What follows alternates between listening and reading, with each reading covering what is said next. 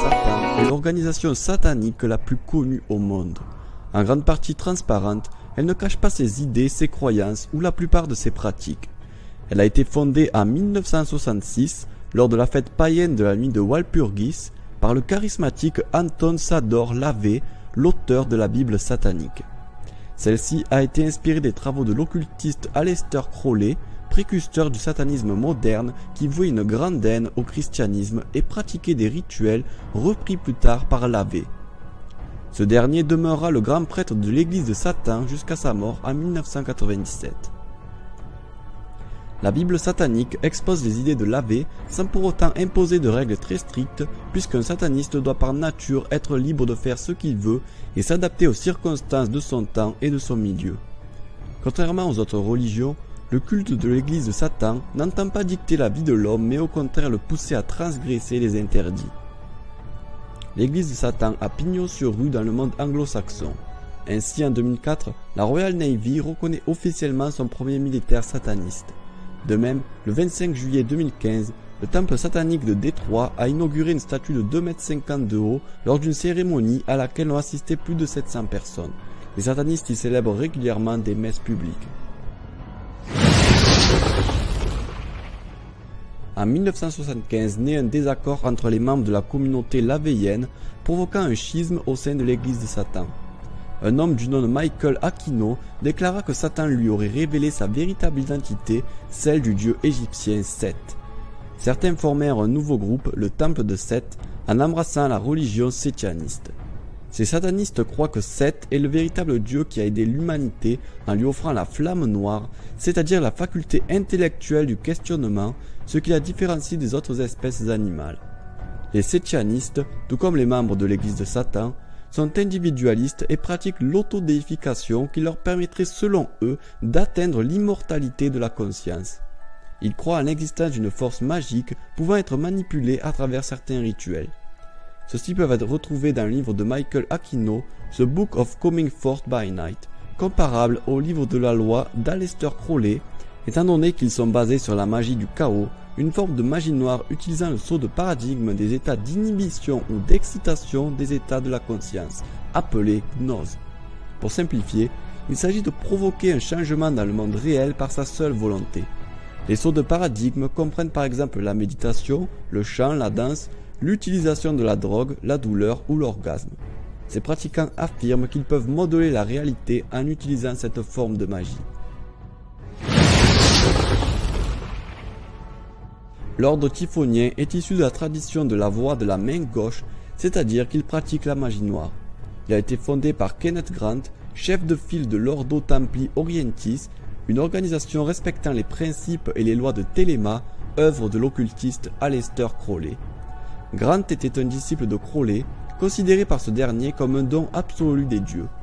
L'ordre typhonien est l'un des mouvements télémiques les plus importants, ayant même inspiré celui du Dragon Rouge et de la magie de Maat. Après la mort de Crowley, Grant continua à promouvoir ses idées tout en se concentrant sur l'exploration d'intelligences extraterrestres et démoniaques après qu'il serait entré en contact avec un être supra-humain du nom de Siba. La téléma de Crowley se résumait par le credo « Fais ce que tu voudras ». Elle découle du livre de la loi qui aurait été dicté à Crowley pendant 3 jours par une entité nommée Aiwass. En utilisant la magie du chaos, l'ordre typhonien prend pour slogan le credo « Rien n'est vrai, tout est permis », attribué à Hassan-i-Sabbah et utilisé par Nietzsche dans Ainsi parlait Zarathustra. C'est également le credo des assassins dans la saga de jeux vidéo Assassin's Creed. Cela signifie pour les satanistes qu'il n'existe aucune vérité objective en dehors de nos perceptions. Par conséquent, toutes choses sont vraies et possibles. Le culte du hibou bohémien est plus connu de nos jours pour être pratiqué par le Bohemian Club.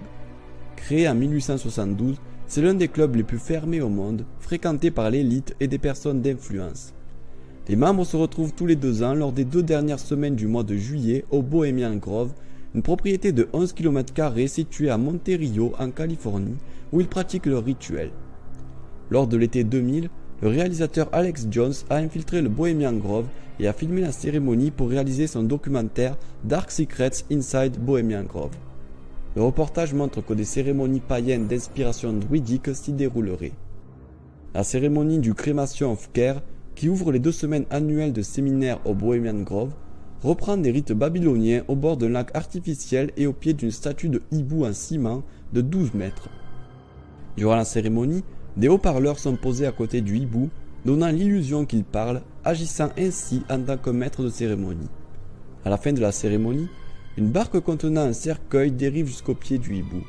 Le cercueil contient une effigie d'enfant qui est alors brûlée sur un bûcher.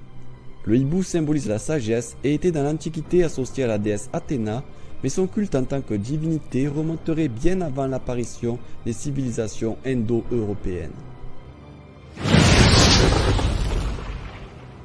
Depuis la préhistoire et jusqu'à l'avènement du christianisme, le dieu cornu était l'une des plus importantes divinités vénérées par les peuples européens avec la déesse mère. On attribuait souvent à ce dieu, dénommé le seigneur des animaux, l'apparence d'un cerf. On retrouve au fil des millénaires le symbolisme de l'animal à cornes. À l'aube de la civilisation, les Sumériens caractérisaient leur dieu par le port d'une tiare à cornes. Le symbolisme du taureau, attesté depuis le néolithique, s'y est transmis sans interruption. Au Moyen-Âge, le cerf ou le bouc sont encore l'objet de vénération dans un monde christianisé en surface, mais aux traditions païennes persistantes. Le premier document qui témoigne de la continuité du culte du dieu cornu date de 1300, lorsque l'évêque de Coventry est accusé de le pratiquer. C'est la première fois que le dieu cornu est appelé diable par l'Église. Durant le Moyen-Âge notamment, mais aussi tout au long des siècles et jusqu'à nos jours, des messes noires sont organisées clandestinement pour révérer le dieu cornu. Les satanistes se réunissent pour l'honorer lors des grandes fêtes païennes liées au solstice, telles que Yule ou Samhain. De multiples scandales liés à ce culte ont éclaté, comme l'affaire Gilles de Rais, celle des démons de Loudun ou celle dite des poisons. La pratique intense de ce culte a conduit à de réelles chasses aux sorcières à de nombreuses périodes de notre histoire sans jamais réussir à l'éradiquer. Selon l'Ancien Testament, lorsque Moïse revient auprès du peuple hébreu après avoir reçu les tables de la loi de la part de Dieu sur le mont Sinaï, il eut la désagréable surprise de se retrouver au beau milieu d'un culte satanique. Lassés d'attendre le retour de leur guide, les fugitifs avaient fait fondre tous leurs bijoux pour fabriquer une idole représentant un veau d'or. En effet, ils ne supportaient plus la solitude de la croyance en un Dieu invisible et auraient demandé à Aaron « Fais-nous un Dieu qui marche devant nous ».